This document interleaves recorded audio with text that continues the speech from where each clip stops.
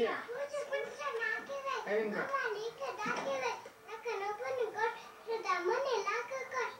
Să mai știi altă poezie? Da. Apoi stai și spune. Spune. Ia fă cu ochiul. Fă cu ochiul. Fă cu ochiul, stai în ochi. Așa. Și spune acum, are mama o fetiță. Hai. Are mama o căciță, câte Stai acolo. Hai că tu ești jumătate. Hai cântă că te vezi la televizor. Stai lângă el, Găzan. Stați acolo amândoi și cântați. Ia, pune-te acolo pe pat și cântă, hai. Pune-te pe amândoi. Hai că ți-a luat tata după aia. Vezi acolo pe pat. Pe pat și ne filmează, ne arată la televizor. Hai, spune-o.